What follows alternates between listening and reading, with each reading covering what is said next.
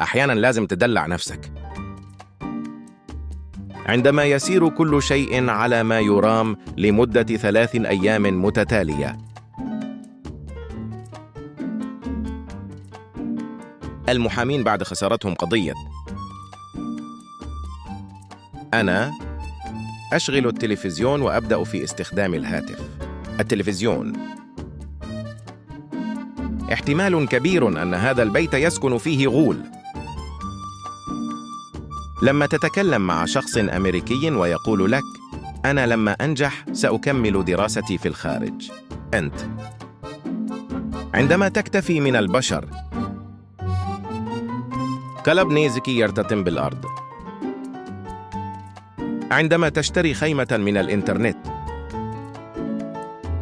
صورة لعلاقة صداقة حقيقية.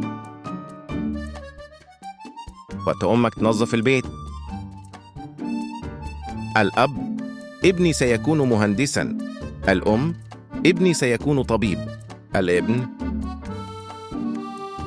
المعنى الحقيقي للصداقة. كيف تسير حياتك؟ أنا أفكر بمعنى الحياة أثناء شحن هاتفي. العشاء ملوخية بالقطط.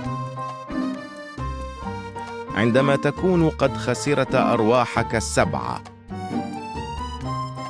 عندما تفعل شيئاً قمت به عدة مرات من قبل، لكن هذه المرة أحدهم ينظر إليك.